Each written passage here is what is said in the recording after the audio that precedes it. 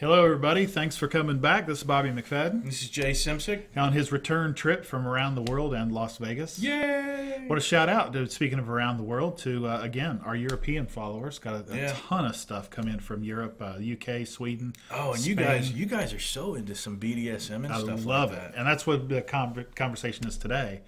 The so many things about bondage and discipline. I want you to ask this question. You go ahead. So, what is it about BDSM? Why do you get into BDSM? That was the question. Why do people get into BDSM? BDSM, bondage, sadomasochism, discipline. I'm sorry. Bondage, discipline, sadomasochism. And sadism and masochism. Yeah. And here's the thing. There are different levels of each one of those.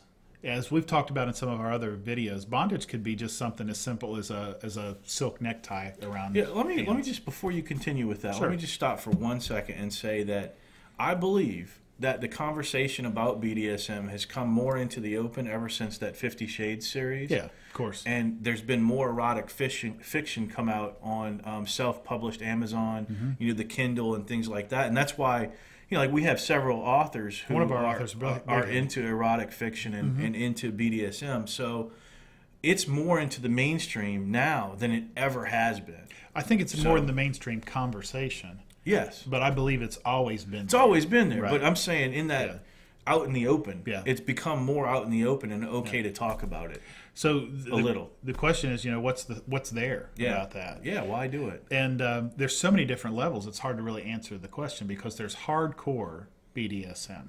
There's dominatrix, you've got a dom, you've got a sub, you've got people who are into sadomasochistic practices. Not my thing. I just, I don't mind watching it or that kind of thing, but the people have to enjoy it. But the reality is, it's just one more deviation of sex, and I don't say deviation in a way that it is a deviant behavior. I'm going to say one level up beyond that. Okay. I'd say that it's one more deviation of pleasure. Yes, that's a good way to put it. But it has to be mutual. Yeah. So what's there? A lot of people like the control mechanisms of particularly bondage and discipline, and there are many people, both folks that write to us and folks that I know in my personal life, that like being the submissive. Yeah. So it takes away. I've read some folks where big CEOs, people who run large companies and who are constantly in control, just want a place where they can be submissive and be away from the control, and they go to being a submissive for that purpose, and they get pleasure from that. True. It's true. And sometimes it's not even sex. Yeah. It's just the control. Yeah. Or the lack thereof. So the question is, why do people enjoy bondage and discipline? What's there? Well, the answer to the question is I can't answer the question. It's all about what you get. It's a personal, that's correct. So if you're asking the question, good for you for asking the question, but now go out and find your own answer. And experiment. Yeah. Right? I mean, you won't know until you try. You could ask all the like it's like saying, "Hey, can you tell me what it's like to drop acid?" Or, "Hey, can you tell me what it's like to do cocaine?"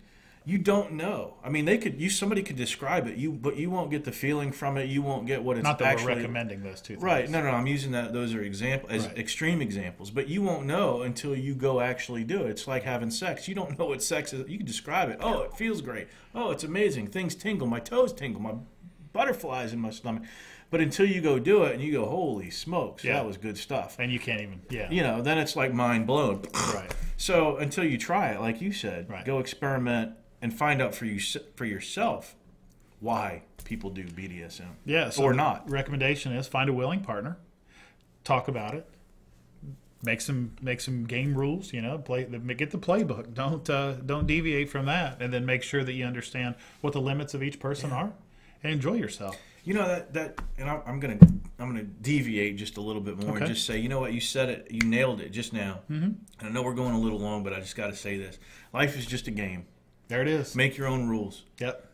Who cares what other people say, what other people think? Make your own rules and go do it. The other people don't need to be in the bedroom. That's right. Yeah. So if you want to share it with us, fine. Leave us a comment below. Yeah, we love hearing from you. So, but your neighbors do not need to know what is happening. Yeah. Inside the four walls of your bedroom. Unless they're with you. Unless you invite them in. And if you do, please leave us a comment below or send us an email. All right, that's it, folks. That's it for us. I'm Bobby. And I'm Jay. And we'll see you soon.